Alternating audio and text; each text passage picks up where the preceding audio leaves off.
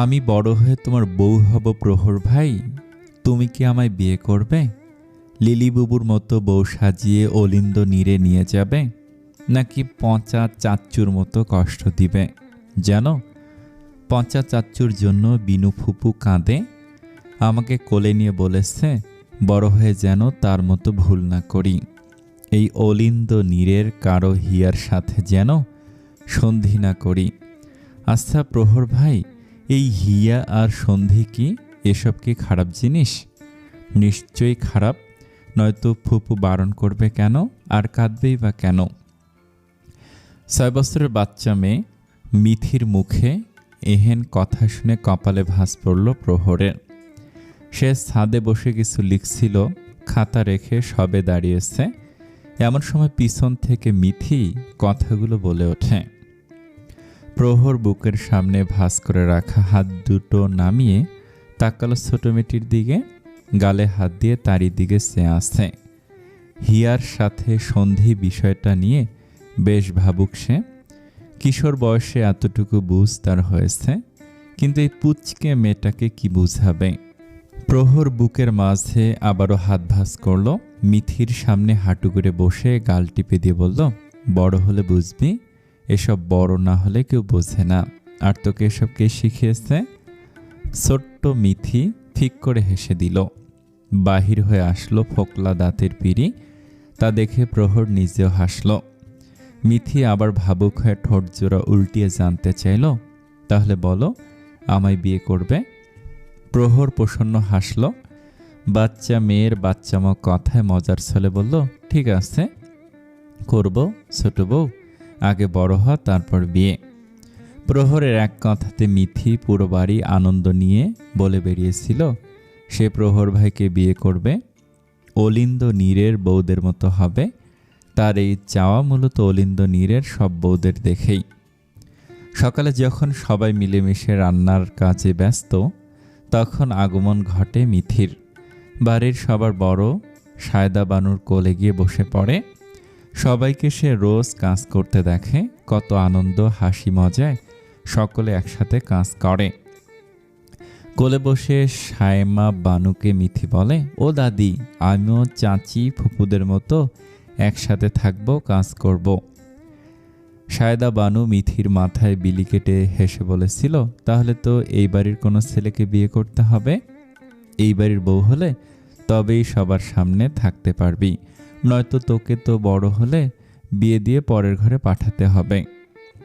সায়দা বানুর এই কথার প্রেক্ষিতে মিথির এমন প্রস্তাব, তাছাড়া সে কি আর এসব বুঝে নাকি? এই যে নেচে গিয়ে বলে বেড়াচ্ছে প্রহরের বউ হবে, তা শুনে সকলে হাসছে, আর তার ছেলে মানুষই দেখছে। সে হাসি আর মজা মিথির পিছু ছাড়ল না। 6 থেকে আজ তার বয়স 16। এখনও সে 10 বছর আগের কথা বলে সবাই ওকে লজ্জা দেয়। সে কেবল ছুটে পালায় আর নিজেকে গালি দেয়। কেন সে ছোটবেলায় এমন কাণ্ড করেছিল? বড় হয়তো প্রহর ভাইয়ের দেখা মিলে না, হৃদয়ে তার জন্য এখনো কোনো অনুভূতিও বোঝে না। সময়ের সঙ্গে অনেক কিছু পরিবর্তন হয়েছে। অলিন্দ নীর মিথির ভীষণ পছন্দ। বাড়িটির গেটের সামনে শান বাঁধানো প্লেটে ছোট অক্ষরে লেখা অলিন্দ নীর। গ্রামে এমন বাড়ি নেই বললেই চলে। এই বাড়িকল মানুষ দেয়ান বাড়ি নামে চিনলেও সায়দাবানুর মুখে অলিন্দ নীর শুনে মিথিও এই ডাকে। বাড়ির গেটের এক পাশে রয়েছে শিউলি ফুলের গাছ, আর এক পাশে বাগান বিলাস। এই শিউলি এবং বাগান বিলাস দুটোই মিথির ভীষণ পছন্দ। যদিও শিউলি একটু বেশি প্রিয়, মিথির মতে শিউলি আর প্রহর ভাই একই। দুজনে বছরে একবার 2 মাস দেখা পাওয়া যায়। অলিন্দ নীরের গায়ে রংচটা ভাব দেখা দিয়েছে। 2 তলা বিশিষ্ট রংচটা বাড়িটির পরিবর্তন হয়েছে সবকিছু। সময়ের সঙ্গে আরও পরিবর্তন হয়েছে।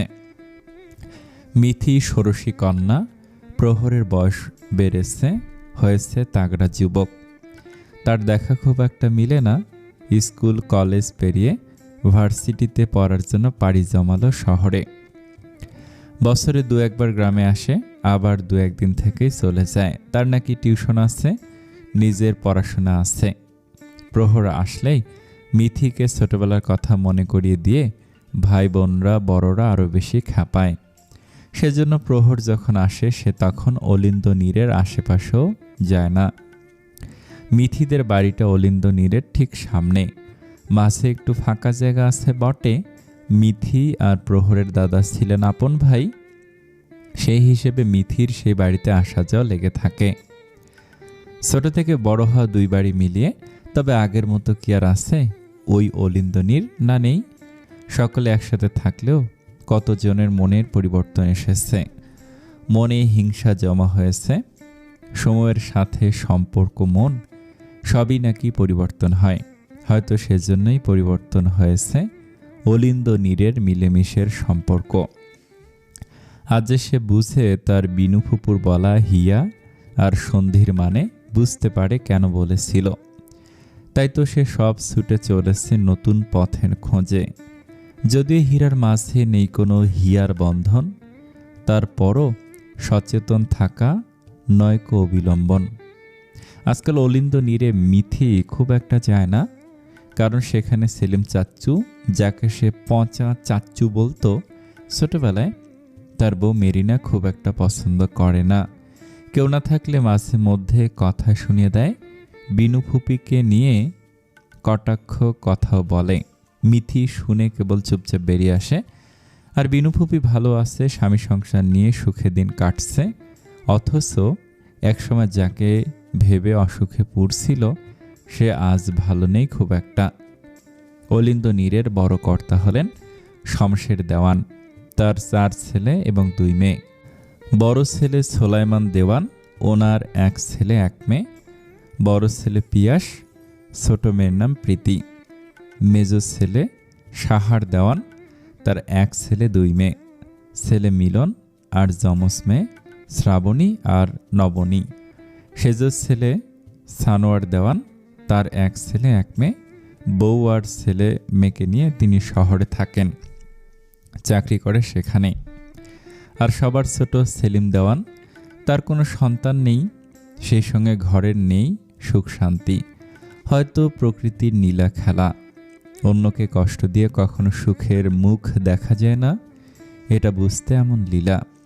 পিয়াসের পড়াশোনা শেষ, সে গ্রামের এক স্কুলে শিক্ষকতা করছে। অল্প কিছুদিন হলো স্কুলে ঢুকেছে। বাড়ির বড় ছেলে হিসাবে বাবা চাচাদের কাজে সাহায্য করে। তাদের জমিজমা অনেক, গ্রামের সবচেয়ে বেশি জমিজমা তাদেরই।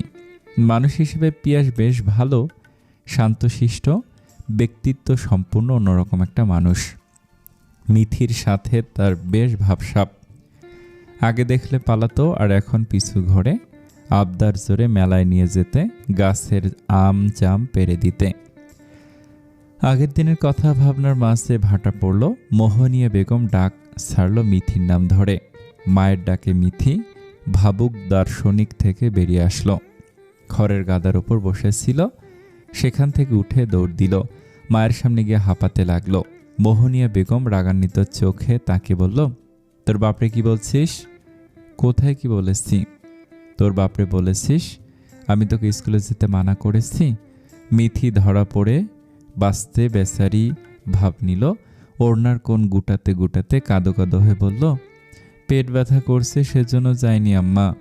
তোমার নাম বলেছি যাতে বকা না খাই। মোহমিয়া বেগম মেয়ের ছলচাতুরি বুঝতে পেরে ঝাড়ু নিয়ে ছুটে গেল। তার আগে মিথিও এক দৌড়ে পাড়ি দিল অনেকটা পথ। পিছনে তাকিয়ে আছে তার মা আসেনি, বসে পড়ল কাঁচা রাস্তার একটি গাছের ছায়ায়। তাদের গ্রামের ভেতর দিয়ে একটা কাঁচা রাস্তা আছে, দুপাশে গাছ। যখন ভ্যান, অটো, সাইকেল কিংবা বাইক যায় মনে হয় গাছগুলো তার সাথে যাচ্ছে। এমন ভাবনা ছোটবেলায় বেশি হতো এবং উপভোগ করত। হঠাৎ মিথি তার সামনে কারো পায়ের আঙুল দেখতে পেল। দৃষ্টি মেলে সামনে তাকালো। পিয়াস ভাই, আপনি? তুই এখানে কি করছিস মিথি? মিথি আসল কথা চেপে গেল, কিছু একটা বানিয়ে বলল, এদিকটা এমনি ঘুরতে এলাম। পিয়াস ভাই, আপনি কোথায় গেছিলেন? আমি একটু বাজারে গেছিলাম, আম্মা কিছু সদাই আনতে লিস্ট দিয়েছিল। আসতে হুট করে এখানে অটোটা নষ্ট হলো, এই জন্য হেঁটে আসছে। চল বাড়ি যাবি না? মিথি মাথা ঝাঁকালো। উঠে পড়ল মাটির বুক থেকে।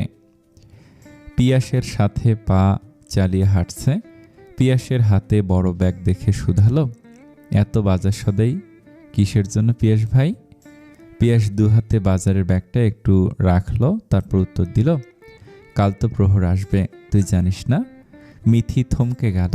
নামটি শুনে মনে পড়ল শেষবার তার আগমন হয়েছিল 5 মাস আগে। মনে মনে ভাবল, প্রহর ভাই আসবে, তাহলে তো ওই বাড়ি যাওয়া যাবে না। ভাগ্যিস পিয়াস ভাই বলল, কি ভাবছিস, প্রহর আসবে বলে ও বাড়ি আর যাবি না, তাই তো? পিয়াসের হাসির স্বরে বলা কথায় মিথি মুখ বাঁকালো।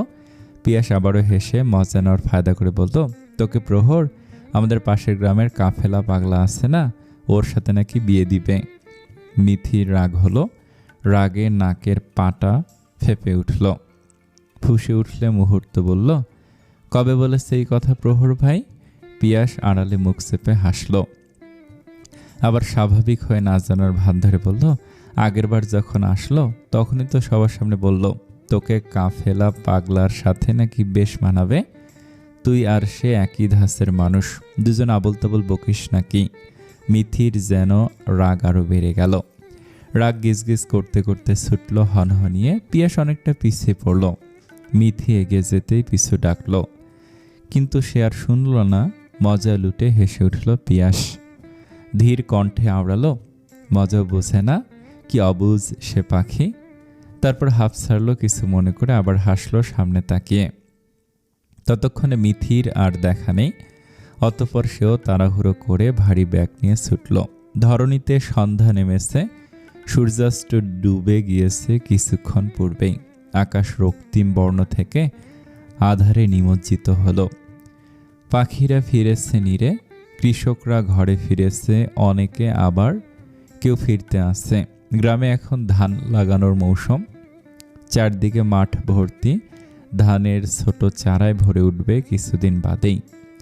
মৌসুম বাদে সে মাঠে চঞ্চল মিথি ছুটে খেলে বেড়ায় সঙ্গী নিয়ে। রাত হওয়াতে মিথি বাড়ির সামনে দাঁড়িয়ে উকিঝুঁকি মারছে। এখন তার বাবার উপশহর থেকে ফেরার সময়। মিথির বাবার উপশহরে বড় দুখানা কাপড়ের মার্কেট আছে। সেখানে আরও কর্মচারী আছে, তিনিও সকালে যান, রাতে ফিরেন। গ্রামেও কিছু জমিজমা আছে। সব মিলিয়ে বেশ সুন্দর দিন কাটে। গ্রামে এরকম চলা হাতে গোনা কয়েকটা সচ্ছল পরিবার আছে। তাদের মধ্যে মিথিরাও আছে। আবার তাদের থেকে আরও কয়েকজনের বেশি আছে। এক কথায় দিব্যি সুন্দর মতো দিন চলে যায়, না থাকুক সবার মতো। তখনই বাইকের শব্দ ভেসে আসলো। দূর থেকে মিথির চিনতে অসুবিধা হলো না বাবাকে। মানিক সাহেব বাড়ির দরজার সামনে বাইক দাঁড় করালেন। বাইক থেকে নামতেই মেয়ে ছুটে আসলো। মিথি হাত বাড়িয়ে দিল। তিনি বুঝতে না পেরে ইশারে জিজ্ঞেস করলো, কি? মিথি চোখের পলক ফেলে বলল, আমার চুড়ি দাও, তোমাকে আনতে বলেছিলাম যে। মানিক সাহেব নেমে বাড়ির ভেতর যেতে যেতে বলল, দুঃখিত আম্মা, ভুলে গেছি বলেই মাথায় হাত রেখে জিভ কাটল। মিথি রাগ হলো। বুকের সাথে দুহাত ভাঁজ করে মুখ গোমরা করলো। তারপর দাঁড়ালো এক পাশে, বলল, তোমার সাথে কথা নেই আব্বা। মানিক সাহেব মেয়ের কাণ্ডে হাসলো। চুরির প্যাকেটখানা চুপি চুপি বাহির করলো। মিথির গোমরা মুখের সামনে ধরতে মিথি হেসে উঠে খপ করে নিয়ে নিল।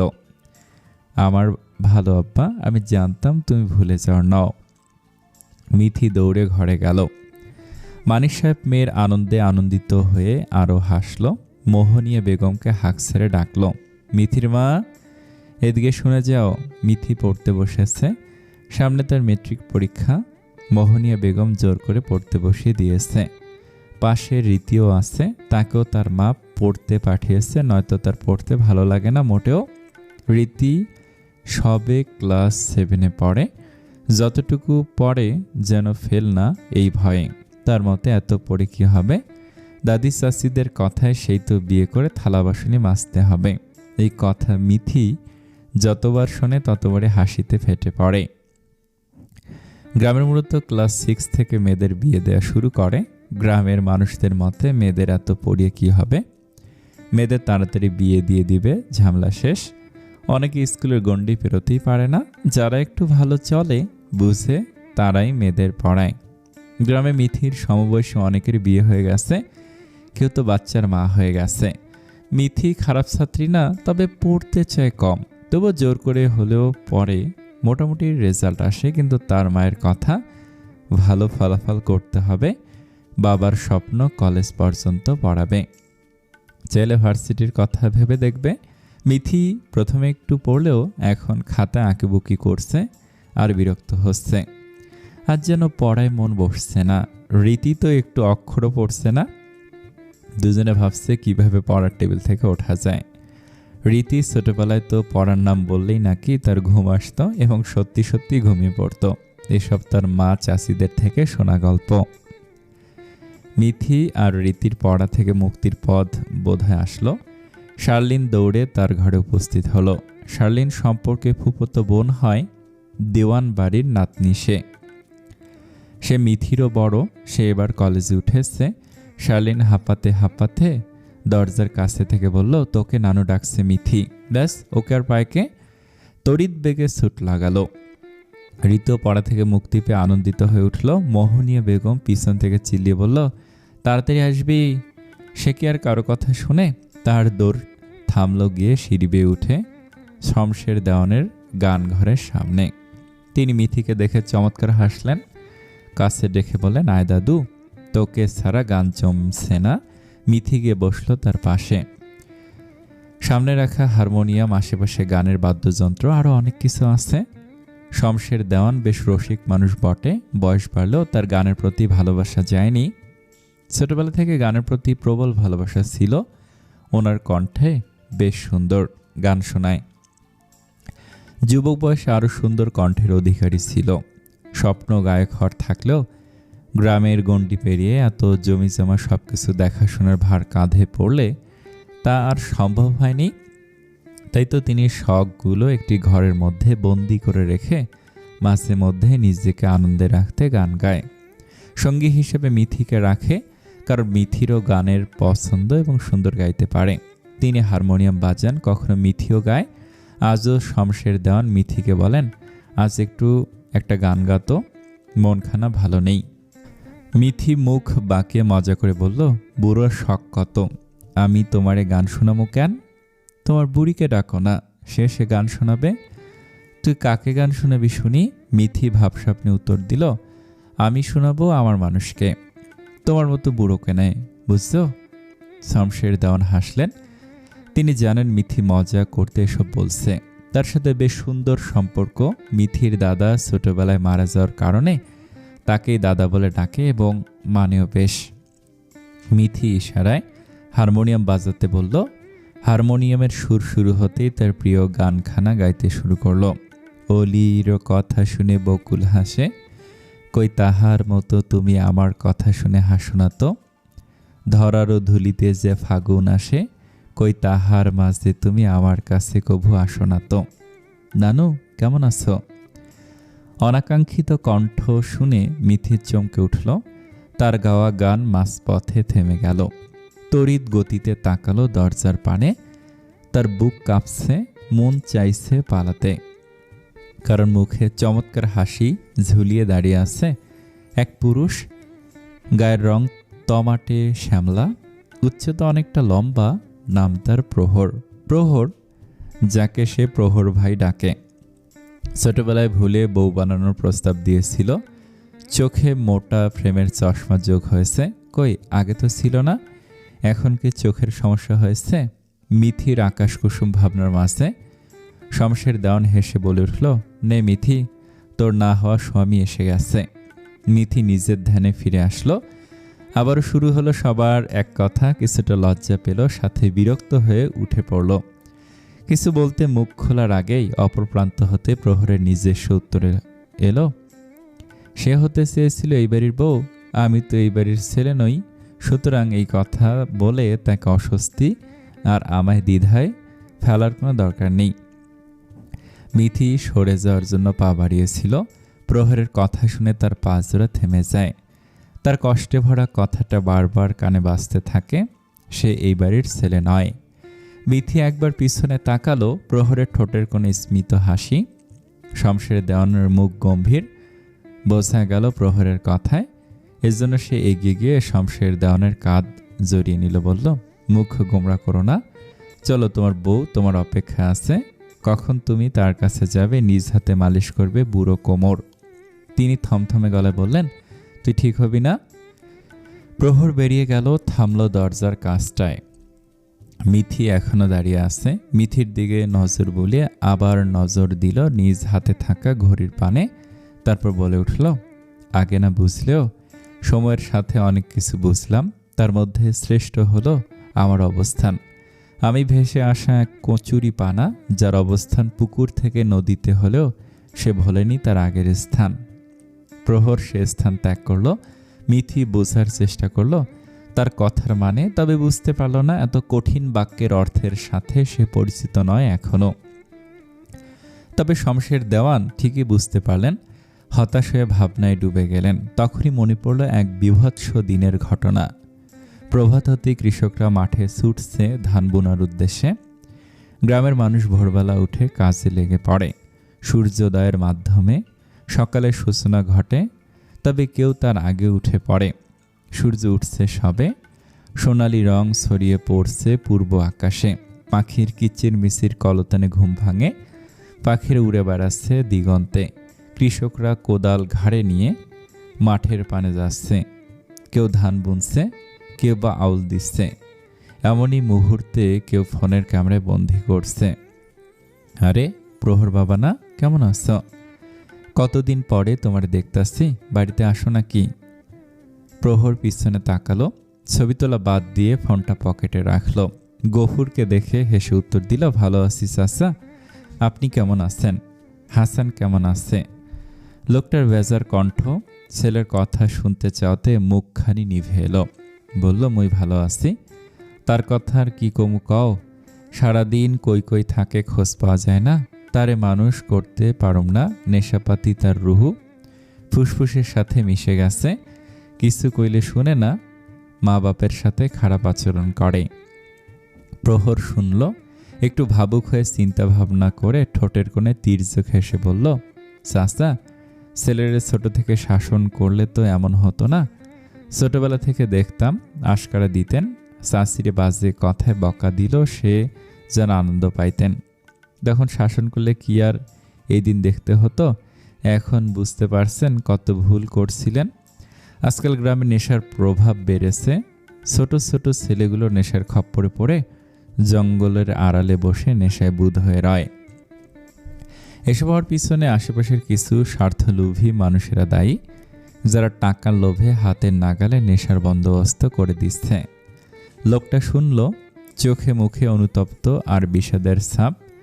ঘাড়ের কোদালটা আবার ঘাড়ে নিয়ে আইল পথে হাঁটা ধরে মাঠের উদ্দেশ্যে, কাজের উদ্দেশ্যে বেরোলো।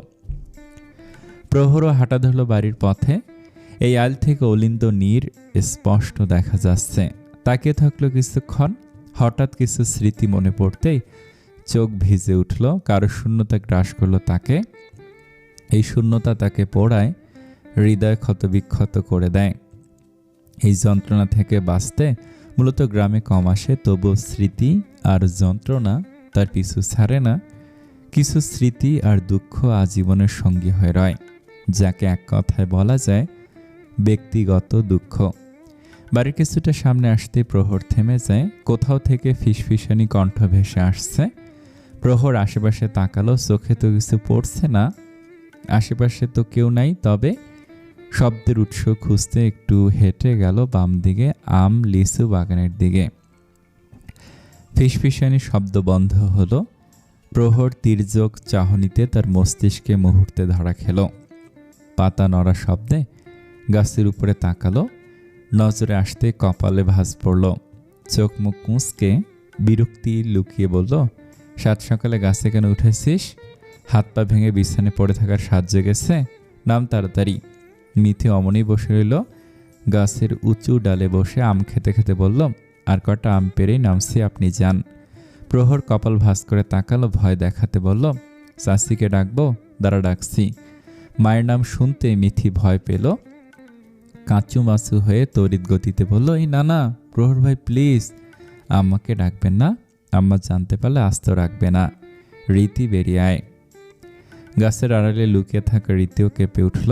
গাছের আড়াল থেকে বলল, আমি কিছু করিনি প্রহর ভাই, মিথি আপা আমাকে ডেকে এনেছে, দয়া করে আমাকে বলবেন না। এ রীতি, তুই তো সেই পোল্টিবাজ রে। প্রহর ভাই আসতে ভয়ে পোল্টি খেয়ে গেলি।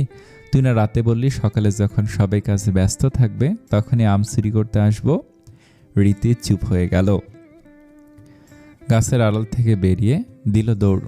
মিথি হা হা করে তাকে রইল, বাঘের মুখে রেখে পালালো। আল্লাহ, এর চেয়ে তো মির্জাফরও ভালো ছিল। তাড়াতাড়ি নেমে আয় নয়তো।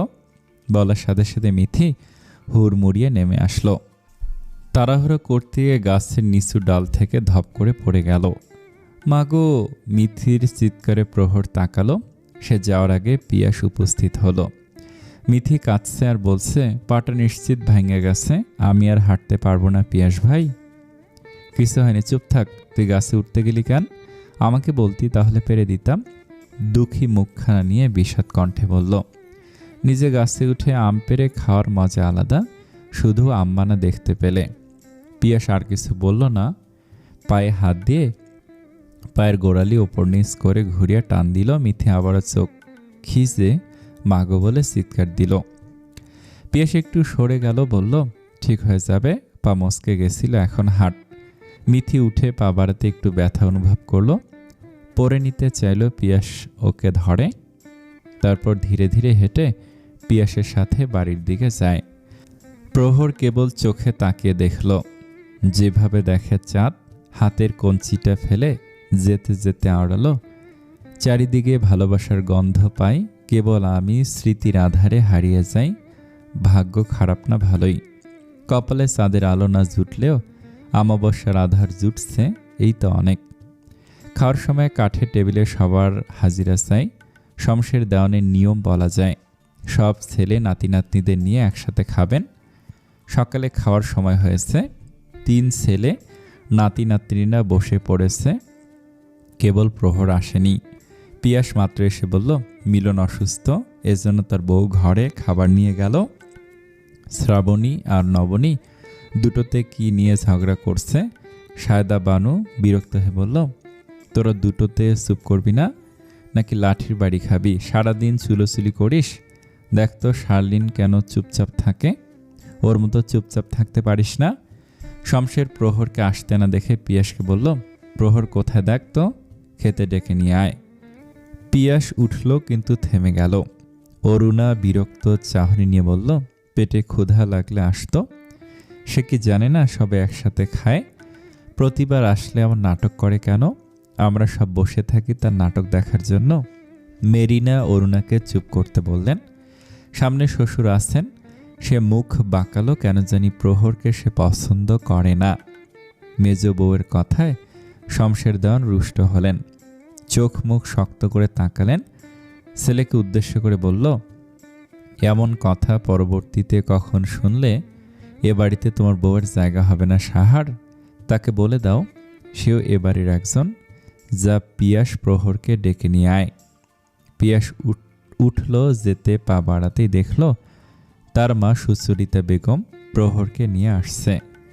কি যেন বলছে আর দুজনে হাসছে। সুচরিতার সাথে প্রহরের বেশ ভাব ছোটবেলা থেকেই। তিনি ছেলের মতো ভালোবাসেন, আগলে রাখেন হয়তো এজন্যই। এ বাড়িতে ভালোবাসা বলতে তার কাছেই পায়। হ্যাঁ, বসতো, না খেয়ে শুকিয়ে গেছিস, বাড়িতে আসিস না? কাছে হলে ভালো মন্দ রেঁধে পাঠাতে পারতাম, কিন্তু অনেক দূরের পথ আছে। প্রহর হেসে বসল। বাড়ির বউরা সবাইকে খেতে দিল। অরুণা ভেতরে ভেতরে ফুলে রইল, মুখ ফুটে বলতে পারল না কিছু। সামনে শমশের দেওয়ান রয়েছে। মেরিনা চুপচাপ দাঁড়িয়ে আছে, বরাবরের মতোই, তার চোখে মুখে বিষাদের ছাপ। হাসে না, ঠিক মতো খায় না। ছেলে মিষ্টির পানে চেয়ে দীর্ঘশ্বাস ফেললেন, তিনিও যে ভালো নেই। সুচরিতা বেগম প্রহরের খাওয়ার দাবিদারি করছে, যেন তাকে একেবারে সব খাইয়ে ছাড়বে। শমশের দেওয়ান বড় বউয়ের ব্যবহারে বরাবরের মতোই খুশি হলেন। সেই প্রথম লক্ষ্মী যাকে পছন্দ করে দূরগ্রাম হতে ছেলের বউ করে এনেছিলেন। সালাহীন ঘরে দেখেছিলেন ছোট মেয়ে বসে আছে। বউ করে আনার পর কত জনের কত কথা, এতটুকু মেয়ে কি বুঝবে সংসারের। সে মেয়ে আজ কত বড় হয়েছে, সন্তান সংসার সব আগলে রাখেছে। বিকেল হতে মিথি আর রীতি তাদের কাজের প্রস্তুতি নিল। তবে সে কাজ কি তাদের সফল হলো? মিথি রীতিকে ডাকছে, এই রীতি তাড়াতাড়ি আয়। রীতি আসতেই তারা যাওয়ার জন্য পা বাড়ালো। দরজার সামনে যেতেই প্রহরের মুখোমুখি হলো। প্রহর সবে তাদের বাড়িতে ঢুকছিল। দুজনকে একসাথে হন্তদন্ত হয়ে যেতে দেখে প্রহর ভুরু কুঁচকালো। জিজ্ঞেস করলো, কোথায় যাচ্ছিস? হাতে কি? মিথি টপ করে হাত পিছনে লুকালো, মাথা নাড়ালো। মুখে কিছু বলার আগে রীতি ভয়ে আগেই বলে দিল, আমি কিছু জানি না প্রহর ভাই, সব মিথি আপু জানে বলে দিল ভোলর। মিথি তাকে রইল, দাঁত কিরমির করে ধীরে আওড়ালো, সবসময় মেয়েটা আমারে ফাঁসি দিয়ে যায়। মীর জাফরের বংশধর। থুক্কু, শুধু মীর জাফর হবে? বংশধর হলে তো আমি নিজেও। আমার এক কথা শুনতে শুনতে আমিও তেমন বলা শুরু করেছি। আমার মতে আমার বাপের বংশ মীর জাফরের বংশ, আর তার বাপের বংশ সাধু বংশ। এটা সব পরিবারের মায়েদের কথা। কি হলো, কোথায় যাচ্ছিলি? মিথি কেঁপে উঠল। ভয় পেল না, তবে কথা কাটাতে বাহানা বানাতে 1 মিনিটও সময় নিল না। একটু ভেবে বলল, গ্রামের ওই পাশে যাচ্ছিলাম। কেন? ওদিকে নাকি জাদু খেলা দেখায় লোক এসেছে, এই জন্য দৌড়ে যাচ্ছিলাম যাতে শেষ না হয়ে যায়। কিন্তু মাঝখানে আপনি এসে সব ভেস্তে দিলেন। প্রহর শুনল, গভীর দৃষ্টিতে তাকিয়ে আছে। মিথি দৃষ্টি লক্ষ্য করল, মনে মনে ভাবছে, আমার কথা কি বিশ্বাস করলো নাকি? আরে প্রহর, ওখানে দাঁড়িয়ে আসছো কেন? আসো, ভেতরে আসো। প্রহর এগিয়ে আসলো। মিথি ঠায় দাঁড়িয়ে রইল। মোহনিয়া বেগম বসতে দিল। কি যেন গল্পে মাতল। মোহনিয়া বেগম মিথিকে উদ্দেশ্য করে বলল, তোর দাদিকে ডেকে আনতো, প্রহরের সাথে কি জানি কথা আছে বলছিল। মিথির রাগ লাগলো, একে কাজ হলো না, তার মধ্যে এখন যেতে হবে ডাকতে। মিথির বিরক্তি দেখে প্রহর মনে মনে হাসল। মিথি বোধ হয় তা খেয়াল করল। কাকে যেন মনে মনে বকতে বকতে তরতরিয়ে বাহিরে চলে গেল। প্রহর শুধু দেখল, তারপর আবারও গল্পে মেতে উঠল। প্রহর সিঁড়ি বেয়ে উঠে নিজের ঘরের দিকে যাচ্ছিল। সামনে কেউ একজন আসাতে হুট করে থেমে গেল। সামলে নিল নিজেকে। প্রহর, কেমন আছো? কালকে আসলে অথচ ভাবির সাথে দেখাও করলে না, কি ব্যাপার? ভাবিকে কি ভালো লাগে না? দেবর ভাবির সম্পর্ক হয় কত মধুর, অথচ তুমি। সানিয়া এগুলোতেই প্রহর পিছিয়ে গেল।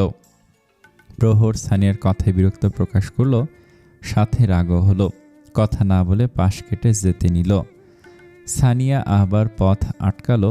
প্রহর এবার রেগে দাঁত চেপে বলল, মিলন ভাইকে বলবো আপনার এমন বিরক্তকর আচরণের জন্য আমার কথা বলতে রুচিতে বাধে।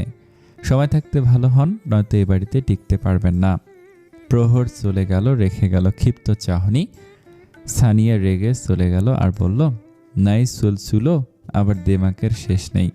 সময় আসলে শেষ দেখা যাবে, কে টিকতে পারে আর কে পারবে না। গ্রাম মানে রাতে তাড়াতাড়ি ঘুমিয়ে যাওয়া। রাত 10টা বাজতে গ্রামের মধ্যে কেমন শুনশান পরিবেশ। শহরের মতো মধ্যরাত পর্যন্ত কেউ জাগে না, রাতে ভেসে আসে না যান্ত্রিক আওয়াজ। সবাই ঘুমিয়ে গেছে, নিস্তব্ধতা বিরাজ করছে। অলিন্দ নীরের প্রায় সকলে গভীর ঘুমে, কেবল জেগে আছে 2-1 জন। তার মধ্যে একজন প্রহর হাত ঘড়িতে টাইম দেখল 11টা বাজে। ছাদে থাকা কাঠের চেয়ারটা টেনে বসল। আজ আকাশটা ভীষণ সুন্দর, আকাশে সুন্দর একখানা অর্ধ চাঁদ উঠেছে। জ্যোৎস্না রাত যেন চারপাশে ঝিকঝিক করছে।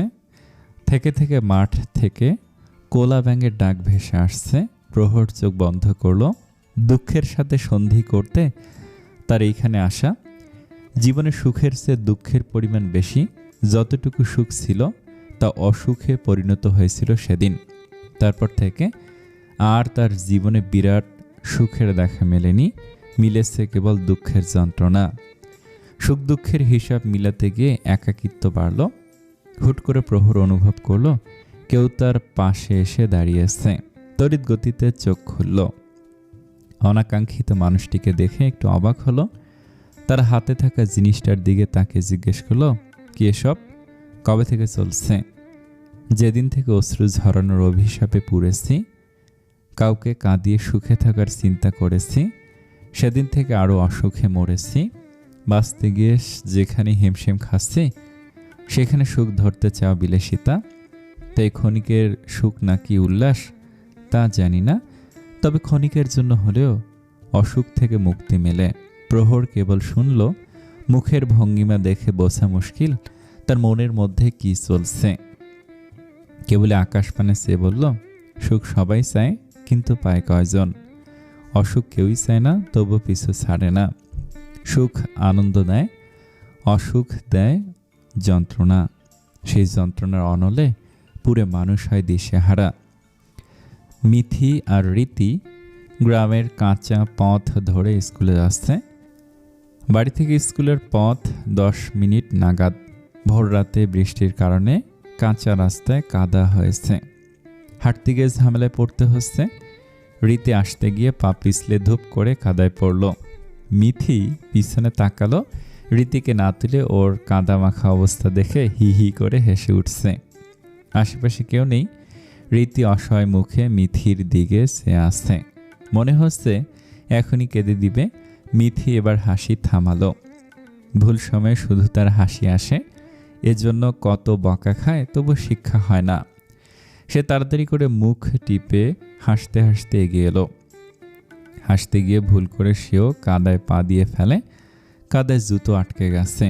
জোরে টান দিতে জুতো গেল ছিঁড়ে। মিথির মুখ ভার হলো। এই সুযোগে রীতি হেসে উঠল, বলল, দেখলে আপা, মানুষের দুরবস্থা দেখে হাসতে নেই। নিজেও দুর্দশায় পড়লে এখন চলো বাড়ি গিয়ে খেয়ে আসি আম্মার ঝাড়ি। মিথি জুতোটা হাতে নিল। দুজনে বাড়ির পথে হাঁটা দিল। নিশ্চিত আম্মার কাছে বকা খাবো দুজনে। বাড়ি আসতে মোহনিয়া বেগম মিথির দিকে চোখ গরম করে তাকালো। সাথে কত বকা দিল। বড় হচ্ছে তবু ছোটদের মতো খেয়াল খুশি, রাস্তাঘাটে ঝাপাঝাপি করে বেড়ায়। রীতির মা তাকেও বকেছে। এখন বকা ঝকা খেয়ে দুজনে আবার স্কুলে যাচ্ছে। রীতি মুখ গোমড়া করে আসছে। মিথি বকবক করছে, মায়ের উপর রাগ ঝাড়ছে। কত কথা শুনিয়ে দিল। আমি কি ইচ্ছে করে কাঁদায় পা দিয়েছি বলতো? রীতি চুপ করে আসতে দেখে মিথি বিরক্ত হলো। চুপচাপ দুজনে চলল। মাঝ পথে রুহেলের সাথে দেখা। রুহেল রীতির বড় ভাই, মিথিরও বড়। ওদের দুজনকে দেখে বলল, এত দেরি কেন রে কচ্ছপ? তাড়াতাড়ি যা, তোদের ক্লাস শুরু হয়েছে। মিথি এমনি রেগে আছে। কচ্ছপ বলাতে যেন আগুনে ঘি পড়লো। রেগে গেল, বলল, আমি কচ্ছপ হলে তুমি একটা ঢোড়া সাপ, সারাদিন ফুসফুস করো কিন্তু কেউ ভয় পায় না। রুহেল হাসছে আর বলছে, তাড়াতাড়ি যা কচ্ছপ, নয়তো দেখবি রফিক স্যার দেরি করে যাওয়ার জন্য কান ধরে দাঁড় করে রাখবে। মিথি ভাবলো, সত্যি তো, দেরি হলে কান ধরে দাঁড়িয়ে থাকতে হবে। রফিক স্যার যে কড়া, তার অঙ্ক ক্লাস প্রথম ঘন্টায় পড়ে। তাড়াতাড়ি রীতিকে নিয়ে পা চালালো। হঠাৎ মনে পড়ল, আমাদের ক্লাস শুরু। রুহেল ভাই কেমনে জানলো?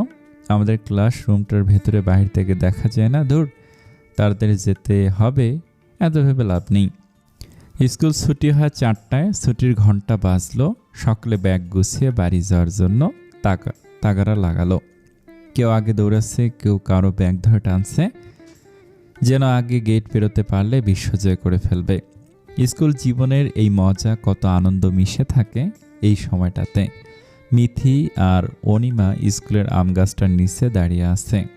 অনিমা হলো মিথির বান্ধবী। তার বাড়ি ওই পাশের গ্রামে। দুজনের পথ আলাদা, তবু গেট পর্যন্ত একসাথে বেরোয়। মিথি রীতির জন্য অপেক্ষা করছে, কিন্তু রীতির আসার নামই নেই। অনিমা বলল, কোথায় রীতি? সবাই তো চলে গেল। ও মনে হয় চলে গেছে। মিথি ওর ক্লাসের দিকে গেল। কেউ নেই। আনিস চাচা দরজায় তালা দিচ্ছে। মিথিকে দেখে কইল, কারো খোঁজো? চাচা, রীতিকে দেখেছেন? আন্না আগেই তো বাহির হয়ে গেল। তুমি দেখনি? মিথি ঘুরে আসলো। অনিমা মিলে গেট পেরোতে দুজনে দুদিকে যাওয়ার প্রস্তুতি নিল। হুট করে অনিমা বলে উঠল, এই মিথি, ওটা প্রহর ভাই না? মিথি তাকালো, সত্যি প্রহর ভাই। দোকানের বেঞ্চে বসে কয়েকজনের সাথে গল্প করছে। তারা ওনার স্কুলের বন্ধু, আশেপাশের গ্রামে বলে সেও চিনে। আমার না হওয়া দুলাভাই এসেছে, বললি না তো, বলে দাঁত বাহির করে হাসলো অনিমা। মিথি কটমট করে তাকালো। অনিমা ভয়েস চুপসে গেল, বলল, ঠিক আছে আমি আসি, কাল তাড়াতাড়ি আসিস, নয়তো আজকের মতো আবার বকা শুনতে হবে। অনিমা গেল, মিথি ঠায় দাঁড়িয়ে রইল। প্রহর বন্ধুদের সাথে কথা বলতে বলতে হঠাৎ চোখ যায় স্কুল গেটে, যেখানে মিথি দাঁড়িয়ে আছে। তার ভুরু কুঁচকে এলো, সে দাঁড়িয়ে আছে কার জন্য, মনে প্রশ্ন জাগলো। আবার আশেপাশে রীতিও নেই। তখনই একজন বলে উঠল, ওটা মিথি না, তোর জন্য অপেক্ষা করছে নাকি? প্রহর উত্তর দিল, না, আমার জন্য অপেক্ষা করবে কেন?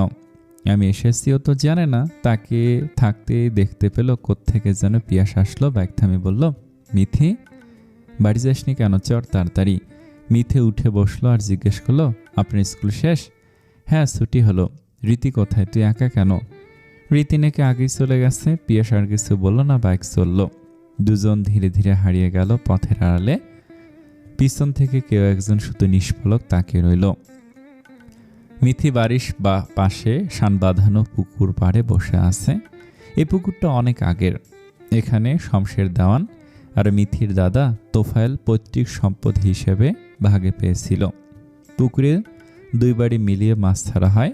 পুকুরে বড় বড় মাছ আছে, যেমন রুই, তেলাপিয়া, শৈল, ছেড়ে দেওয়া ছোট মাছ, মোয়া, পুঁটি, আরও অনেক রকমের মাছ আছে। মিথি একাই বসেছিল, তখনই শার্লিন এসে পাশে বসল। মিথি তাকালো, তার মুখ পানে, ঠোঁটের কোণে হাসি ঝুলে আছে। তা দেখে জিজ্ঞেস করলো, এত হাসির কারণ কি আপা? শার্লিন মস্করা করে বলল, প্রেমে পড়েছি। মিথি বিশ্বাস করলো না, সে তার আপাকে চেনে, তাই বলল, তুমি প্রেমে পড়বে? ওই যে পাশের গ্রামের তাহের ভাই প্রস্তাব দিয়েছিল, এর জন্য কি কাহিনীটা আমি কিন্তু ভুলিনি এখনো। শার্লিন আবারও দাঁত বাহিরে হাসলো। মিথির কাঁধ জড়িয়ে ধরে গায়ে এলিয়ে দিয়ে বলল, আহারে মিথি, তোর মতো আমারই কেউ বুঝে না। তোর একটা ভাই থাকলে সত্যি তার গলায় ঝুলে যেতাম। প্রেম পুকুরে বড়শি ফেলে তাকে প্রেমের ফাঁদে ফেলতাম। মিথি হা হয়ে গেল, চোখ বড় করে তাকালো, যেন সে ভুল শুনছে। শার্লিন তার অবিশ্বাস্য চাহনি দেখে মজা নিচ্ছে। মিথি এবার একটুখানি ভেবে চট করে বলে ফেলল, নিজের ভাই নেই তো কি হয়েছে, কত ভাই তো। কোন ভাই? মিথির সরল স্বীকারোক্তি, পিয়াস ভাই, প্রহর ভাই, রাহেল ভাই, তারপর শহরের জাহিদ ভাই, আর কতজন লাগবে? শার্লিন এবার হা হয়ে গেল, কি যুক্তি তার! মুহূর্তে কত ভাইয়ের লিস্ট দিল। সে অবাক হয়ে জিজ্ঞেস করল, এত ভাই নিয়ে ঘুম পাড়িস কিভাবে? মাথায় থাপড় দেয় না? ওটা অমর নয় আপা, এত বুদ্ধি নিয়ে ঘুমাস কিভাবে? এমন হবে। শার্লিন মজা করতে ভুলে বলেছিল, মিথি তা বুঝতে পারল না। পিছনে কেউ এসে দাঁড়িয়েছে, তাদের কথাও শুনছে। সেদিকে দুজনের খেয়াল নেই। প্রহর নাকি? কবে আসলি? প্রহর নাম নিলেই শার্লিন আর মিথি চমকে তাকালো। তাদের ঠিক 3 হাত পিছনে প্রহর দাঁড়িয়ে আছে, দৃষ্টি তাদের দিকেই। শার্লিন স্বাভাবিক থাকলেও মিথির অস্বাভাবিক লাগছে সে দৃষ্টি, কেমন মাদক মেশানো, যেন তাকালেই ধ্বংস। মিথি চট করে চোখ ফিরিয়ে নিল। প্রহর কথা বলা শেষ করলো। লিলি এসে বসলো ওদের দুজনের পাশে। মিথি জিজ্ঞেস করলো, কেমন আছো লিলি আপা? লিলি উদাস হয়ে ভারী শ্বাস ছেড়ে উত্তর দিল, ভালোই আছি, তবে বিয়ে করে জীবনটা তেজপাতা। মিথি কৌতূহল নিয়ে জানতে ছিল, কেন আপা, কি হয়েছে? দুলাভাইকে মারধর করে, বকা দেয়? মিথির এমন ভাবনাতে লিলি হাসলো, বলল, ধুর, এমন কিছু নাই। তবে বিয়ের আগে বাপের বাড়ির জীবন আরামের আর সুন্দর ছিল। বিয়ের পর দায়িত্ব, সারাদিন রান্না করো, বাসন মাজো, গোবর তোলো, আর কত কি। এর চেয়ে পড়াশোনা করা অনেক ভালো ছিল। এই বুবু, এই কথা তুমি রীতিকে গিয়ে শোনাও। ও এখন থেকে বলে পড়াশোনা করে লাভ নেই, সেই তো গোবরের ডালি চারতে হবে। পার্থক্য শুধু এতটুকু, শিক্ষিত ঝি আর অশিক্ষিত সি। মিথির কথায় সকলে, শার্লিন আর লিলি হেসে উঠল। কেবল প্রহর বলল, যেমন গুরু তেমন শিষ্য, দুটোতে একই। একজন পরাচোর আর একজন আমজাম চোর। মিথির রাগ উঠল, উঠে দাঁড়ালো, তৎক্ষণাৎ বলল, আমজাম চুরিকে চুরি বলে না, ওটা হলো আমাকে অধিকার। গাছের আমজাম গ্রামের পোলাপানরা একটু আধটু না খেলে কে খাবে? অন্যের গাছের জিনিস চুরি করে খাওয়ার মজাই আলাদা। বলেই জিদ নাড়ালো। আহা! প্রহরের চোখ ভাজে ছোট হয়ে এলো। ঘাটের অন্য পাশটায় বসতে বসতে জানতে চাইল, তোদেরই অধিকার কে দিয়েছে শুনি? কে আবার? গাছ দিয়েছে, বলেছে সবারই তার থেকে অধিকার আছে, যে লাগিয়েছে তার বেশি আর আমাদের কম। মিথির যুক্তিতে শালিন আর লিলি গটগটিয়ে হেসে চলছে। প্রহর অবাস্তব উত্তর শুনে স্থির হয়ে বসে আছে। তখনই মিলন ভাইয়ের আগমন হলো। হাতে তার মাছ ধরার জাল। প্রহর আগে বলল, মাছ তুলবে? হ্যাঁ, দাদু কইল পুকুরে বড় মাছটা তুলতে। সমস্যা হলো উঠবে কিনা? দাদু মাছটা তোর জন্য রাখছে, তুই আসলে তুলবে বলে। প্রহর শুনল, একটু পর উত্তর বলল, আমি এমনকে যার জন্য রাখতে হবে। বড় মাছ ভালো লাগে না এখন, সময় পেরিয়ে গেছে, পরিবর্তন হয়েছে পছন্দ। সময়ের সাথে সাথে সবাই পরিবর্তন হয়। আজ যেটা খেতে ভালো লাগছে কাল সেটাই ভালো লাগবে না। হয়তো সেটা রুচির কারণে, নয়তোবা সময়ের ব্যবহারের কারণে। তার কথা বোধহয় কেউ শুনতে পেল না, তবে মিথি ঠিকই শুনেছে। ধীরে বলা কথাগুলো শান্ত মস্তিষ্কে কয়েকবার ভাবল, বুঝতে পারল কথাগুলো। তবে শেষেরটাই গড়মিল হলো। রুচির পরিবর্তন নাকি সময়ের ব্যবহার, কোনটা? সে তো এ বাড়িতেই থাকতো। তবে এই তবের উত্তর কেবল প্রহরী জানে। সে কি উত্তর দিবে? বাতাসের মতো হু হু করে কেটে গিয়েছে কয়েকটি দিন। আজ যে সোমবার, সকাল হতে দেওয়ান বাড়িতে জমজমাট আয়োজন। খাবারের গন্ধে মমা করছে চারপাশ। প্রকৃতিতে গুমট ভাব, বাতাস নেই। গাছের উঁচু ডালে কাক বসে ডাকছে, জানান দিচ্ছে তার তৃষ্ণার্তার। মিথি ঘরে বসে আছে দুপুর থেকে, ঘর থেকে বেরোয়নি। মোহনিয়া বেগম ও রীতির মা বাড়ি গিয়েছেন সকাল হতেই। আজ শ্রাবণীকে দেখতে আসবে এবং বিয়ের পাকা কথা হবে। ছেলে পাশের গ্রামের চেয়ারম্যানের ছেলে, শহরে থাকে, চাকরিও করে। এজন্য শাহর দেওয়ান ও শমশের দেওয়ান সকলে রাজি।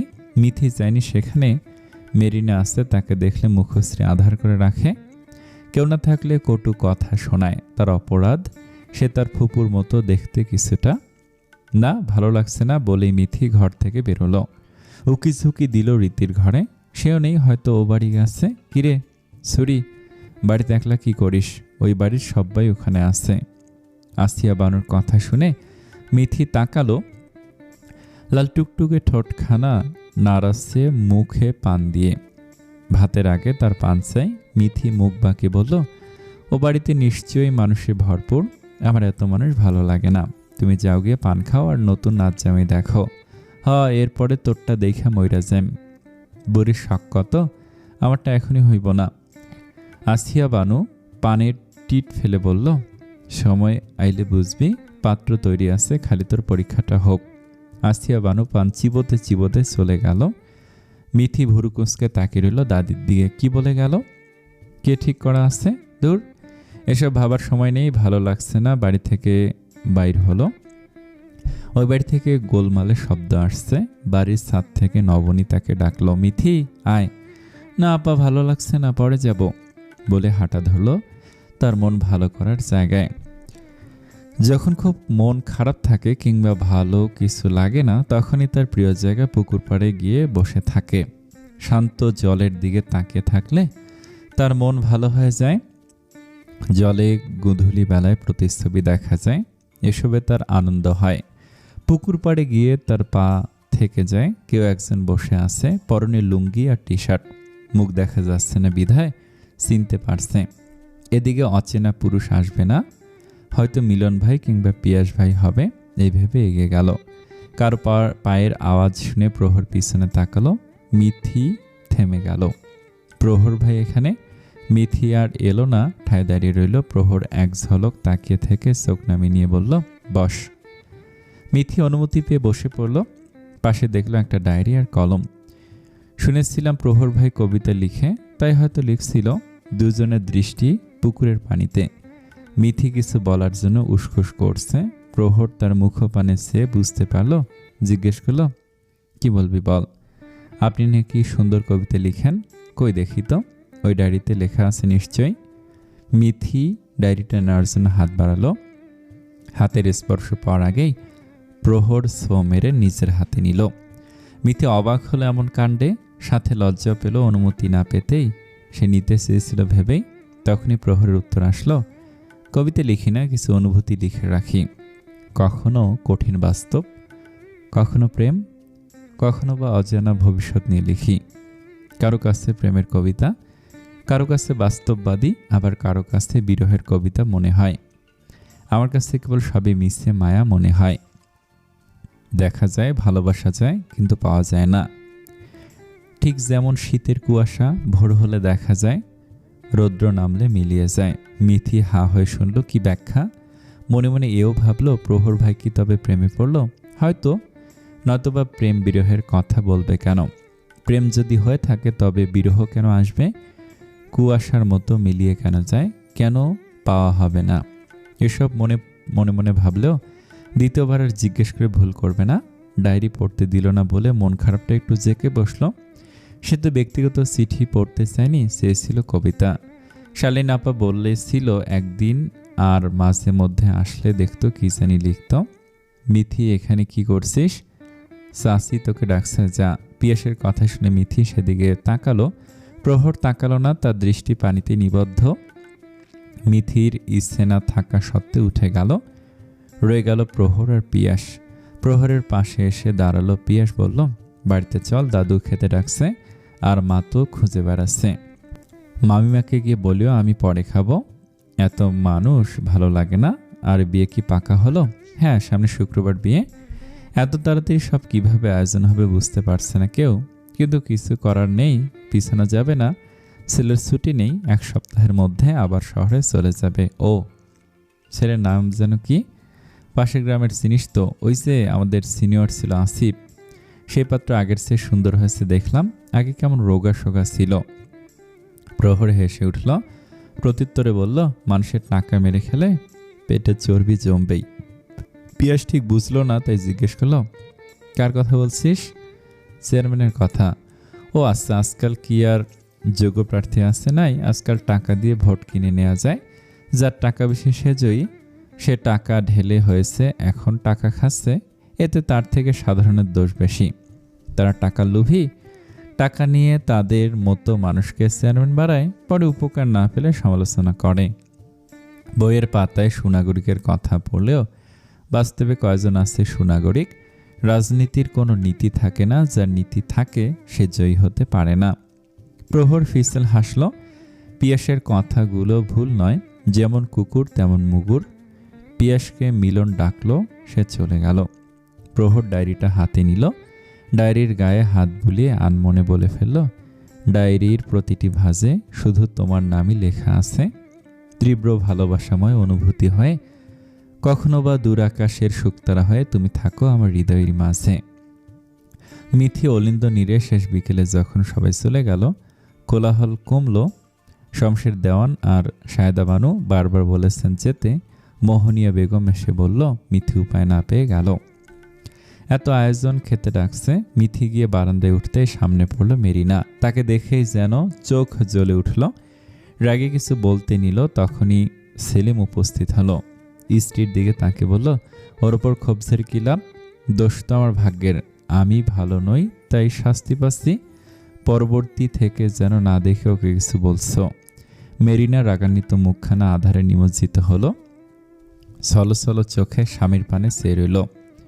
দৌড় দিল সেখান থেকে। সেলিম মিথির সামনে আসলো, মাথায় হাত বুলিয়ে দিয়ে বলল, মিথি, তোর পচা চাচ্চু কষ্ট দেওয়ার শাস্তি পাচ্ছে।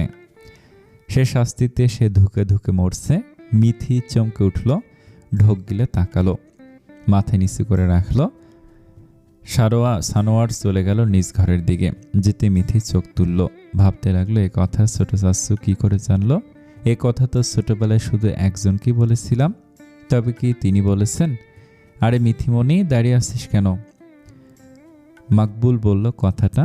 মিথির ছোট চাচা সে। মিথি হেসে চলল তার চাচার সাথে। বাবার কাছ থাকাতে আসেনি এখনো। শার্লিন নিজ ঘরে বসে পড়ছিল। প্রহর দরজায় ঠোকা দিল। শার্লিন ঘুরে তাকালো, প্রহরকে দেখে বলল, ভাইয়া কিছু বলবেন? ভেতরে আসেন। প্রহর গিয়ে বসলো বিছানায়। শার্লিন চেয়ারে বসা তার দিকে সে প্রশ্ন করলো, পড়াশোনা কেমন চলছে? ঠিকঠাক? শার্লিন মাথা নাড়ালো, বলল, সব ঠিকঠাক চলছে। সামনের বেশি সময় নেই, কয় মাস পর ফাইনাল পরীক্ষা। খালামণি কবে আসবে? কালই আসার কথা। আপনি এসেছেন শুনলে আগে আসতো, কিন্তু আম্মা শোনেনি। আচ্ছা ঠিক আছে, ভালো করে পড় বুঝলি, পরীক্ষায় যেন ভালো রেজাল্ট আসে। শার্লিন আবারও মাথা নাড়ালো। প্রহর বেরিয়ে গেল। শার্লিন তখন দরজার দিকে তাকালো, দীর্ঘশ্বাস ফেলে মনে মনে বলল, মানুষের সব থেকেও একা, বাবা মা না থাকলে পুরো পৃথিবী দেখায় তার বাস্তব খেলা। সন্ধ্যা হতে মিথি আজ পড়তে বসেছে, পড়ার যেন থামার নামই নিচ্ছে না। বিকেলে খেয়েছে বিধায় রাতে আর খাবে না বলে দিছে। আজ রীতিকে উড়তে আসতে নেয়নি, সে আসলে গল্প বেশি হয়, পড়া কম। মিথি অঙ্ক করছে, কিন্তু একটা অঙ্ক সে কিছুতেই পারছে না। মানিক সাহেব সবে ফিরেছে। প্রথমে আসলেন মেয়ের ঘরে, টেবিলের পাশে খাটের উপর বসলো, টেবিলের উপর রাখলো মিথির পছন্দের ঝালমুড়ি। পাশের বাজারে নামকরা এক ঝালমুড়ি ওয়ালা আছে, কি যে মজাদার ঝালমুড়ি বানায়, তাই তো বাবাকে মাঝে মাঝে আনতে বলে। মিথি খুশি মনে খাবে ভাবে, কিন্তু অঙ্ক পারছে না দেখে ঠোঁট উছালো। মেয়ের ভাবমূর্তি দেখে মানিক সাহেব জিজ্ঞেস করলো, কি হয়েছে আম্মা? এই অঙ্কটা বুঝতে পারছি না। মানিক সাহেব দেখলেন তিনি মেট্রিক পর্যন্ত পড়াশোনা করলেও এই অঙ্ক তাদের সময় ছিল না, অপরিচিত অঙ্ক বিধায় পারল না। তাই বলল, খাওয়া শেষ করে ও বাড়ি গিয়ে পিয়াসের থেকে বুঝে নিয়ে আসিস। মিথি মাথা ঝাঁকালো, তাই তো পিয়াস ভাই আছে, আর আমি এতক্ষণ চিন্তিত ছিলাম। মানিক সাহেব মেয়ের মাথায় হাত বুলিয়ে দিয়ে চলে গেল। মিথি ঝালমুড়ি খেতে ব্যস্ত হয়ে পড়ল। খেতে খেতে নানান চিন্তা মাথার ভেতরে জট পাকালো। মনে পড়ল প্রহর ভাইয়ের অজানা প্রেমিকার কথা। অমন নিশ্চুপ মানুষটাও কাউকে ভালোবাসতে পারে? অবশ্য ভালোবাসার অনুভূতি সবার মাঝে থাকে, কেউ প্রকাশ করে, প্রেমে পড়ে, কেউ অপ্রকাশিত রেখে ধুকে ধুকে মরে। মিথির খারাপ লাগলো কেন জানি, যার জীবন কষ্টে ভরা সে আবারও পাবে কষ্টের ফুয়ারা। ইস, যদি তারে চিনতাম তাহলে কিছু করার চেষ্টা করতাম, কিন্তু আমি তো চিনি না। মিথির খাওয়া শেষ হলো। খাতা আর অঙ্ক বইটা নিয়ে মোহনিয়া বেগমকে বলে বাড়ি থেকে বেরোলো। হাউ আউ আহ, মিথি ভয়ে চিৎকার করে ধরফড়িয়ে উঠল। সামনে রুহেল দাঁড়িয়ে দাঁত বাহির করে হাসছে। মিথি রাগ হলো, চোখ পাকিয়ে বলল, বেশি সম্মান দিয়ে ফেলছি, যা আজ থেকে তুই ডাকমু। বড় ভাইয়ের সম্মানের যোগ্য নইস, সারাদিন পিছিয়ে পড়ে থাকিস ভয় দেখাতে আর কাজে বগরা দিতে। রুহেল মাথার চুলগুলো হাত দিয়ে নেড়ে ভাবনি বলল, তোর থেকে সম্মান চাই না, তোর বান্ধবীকে চাই, তার সাথে একটু খাতির জমে দিস। মিথির চোখ ছোট করে তাকালো, মনে করলো সেদিন স্কুলে যাওয়ার সময়ের বলা কথা। তার মানে এই ব্যাপার, আমার ঠেকা পড়ছে, তোমার মতো স্যাঁচড়ার সাথে আমার বান্ধবীকে দিব, ওর পিছে তোমার চেয়ে ভালো ছেলে ঘোরে। আর দে প্লিজ, আমার সাথে প্রেম করায় দিতে পারলে তোরই লাভ। ভাই দুলা ভাই একসাথে পাবি, বান্ধবীকেও কাছে পাবি। মিথির দেরি হচ্ছে, সে চলে গেল উত্তর না দিয়ে। রুহেল হতাশ হলো, মাটিতে আধ বসা হয়ে মাথায় হাত দিয়ে বলল, শালার কপালে না আছে প্রেম, না আছে বিয়ে, আছে কেবল আম্মার গালি আর ঝাঁটার বাড়ি। মিথি সোজা পিয়াসের ঘরের সামনে গেল, কিন্তু ঘরে কেউ নেই। আসার সময় দেখলো সবাই আন্দন ঘরে। মিথি ওপর থেকে পা বাড়ালো, নিচে আসতে নামতে সায়দা বানুর সঙ্গে দেখা। তিনি মিথিকে দেখে অভিমানী হয়ে বলল, কিরে ছুরি, এখন দেখি তোরে পাওয়াই যায় না, কই থাকিস? এদিকে মারাস না কেন? প্রহর আইছে বলে সে তো নিজের মতো লুকিয়ে থাকে একলা ঘরে দৌড়ে, তোর দাদু তোর ডেকেও পায় না। নানা দাদি, তেমন নয়, কাল অনেক মানুষ আসছিল, এই জন্য আসিনি, এত মানুষের ভিড় ভালো লাগে না। শ্বশুরবাড়ি গেলে তো ফাঁকা পাবি, তোরে এমন ভরা সংসারে বিয়ে দিমু, কেমনে পালাস দেখমু। মিথি খাতা হাতে দাঁড়িয়ে আছে। সুচরিতা বেগমের কথা শুনে বলল, বড় আম্মা, তোমার কাছে যাচ্ছিলাম, পিয়াস ভাই কোথায়? কেন, কোনো দরকার? সে তো কি জানি কাজে তার বাবার সাথে বাহিরে গেল। মিথির মন খারাপ হলো, যা এসে কি লাভ হলো, একটা অঙ্ক বুঝছিলাম না, সেটা বুঝে নিতে এসেছিলাম। প্রহর আছে তোর কাছে, যা, ও অঙ্কে অনেক ভালো, পিয়াসের থেকেও বেশি মার্ক পেত। সুচরিতা বেগম আবার রান্নাঘরে চলে গেল। মিথি দাঁড়িয়ে রইল, যাবে নাকি যাবে না এর চিন্তায়। সায়দাবানু পিছন থেকে বলল, প্রহর, তোর দাদুর গানের ঘরে আছে, যা অঙ্ক শিখে আয়। মিথি ধীরে ধীরে সিঁড়ি বেয়ে বেরিয়ে গেল। গানের ঘরটা উপরে হলেও দাদু দাদির শোয়ার ঘর নিচে। সায়দা বানু তার ঘরে গেল। মিথি গান ঘরের কাছে যেতে পাজোড়া থেমে গেল। পর্দার আড়ালে দাঁড়িয়ে রইল। প্রহর ভাই গান গাইবে বলছে, দাদু জোর করছে, হ্যাঁ একটা গান গা, তোর আম্মা কত ভালো গান গাইতো কিন্তু। এতটুকু বলতে চোখে মুখে আধার নেমে আসলো। প্রহর মেসের দিকে নজর রেখে গাইতে শুরু করলো। পূর্ণিমা সন্ধ্যায় তোমার রজনীগন্ধায়, রূপসাগরে পাড়ের পানে উদাসী মন্ধায়, তোমার প্রজাপতি পাখা, আমার আকাশ চাও মুগ্ধ, চোখে রঙিন স্বপন মাখা, তোমার চাঁদের আলোয় মিলায় আমার দুঃখ সুখের অবসান। প্রহর কয়েক লাইন গিয়েই থেমে গেল। চোখ তুলে তাকাতে গিয়ে দেখতে পেল শ্যামবর্ণের একজোড়া পা। পর্দার আড়ালে লুকিয়ে থাকা জনকে দেখতে না পেলেও তা দেখে চিনতে অসুবিধা হলো না। শমশের দেওয়ান গান শুনে বাহবা দিল, চমৎকার গেয়েছিস, একদম মুগ্ধ হয়ে গেলাম। তোর মায়ের মতো মিথিরও কণ্ঠ, ওর মধ্যে আমি আমার পরমার ছায়া দেখি, তাই তো এত ভালোবাসি। প্রহর শুনে হাসলো, বলল না কিছুই। আড়াল থেকে মিথিও শুনল, সাথে খুশিও হলো। প্রহর উঠে দাঁড়ালো। মিথি আড়াল থেকে পালানোর আগে প্রহর তার সামনে দাঁড়ালো। মিথি শটান হয়ে দাঁড়ালো, আমতা আমতা করে বলল, ওই আপনার কাছে বড়মা পাঠালো, আমি আড়ি পাতিনি। প্রহর পকেটে হাত রেখে ভুরু কুঁচকে তাকাল, বলল, আমি কি জিজ্ঞেস করেছি বা বলেছি আড়ি পাচ্ছিস? চোরের মন পুলিশ পুলিশ বিষয়টা এমন হয়ে গেল না। মিথি চুপ করে রইল। প্রহর হাতে খাতা কলম দেখে জিজ্ঞেস করলো, হাতে খাতা কলম কেন? কি বুঝতে এসেছিস? একটা অঙ্ক বুঝছিলাম না। আব্বা পিয়াস ভাইয়ের কাছে আসতে বলল, কিন্তু পিয়াস ভাই বাড়িতে নেই, তাই বড়মা আপনার কাছে আসতে বলল। প্রহর তাচ্ছিল্যের হাসল। সে হাসির কারণ অবশ্য রহস্যময়। পা চালিয়ে যেতে যেতে বলল, ঘরে আয়। মিথিও পিছন পিছন পা বাড়ালো।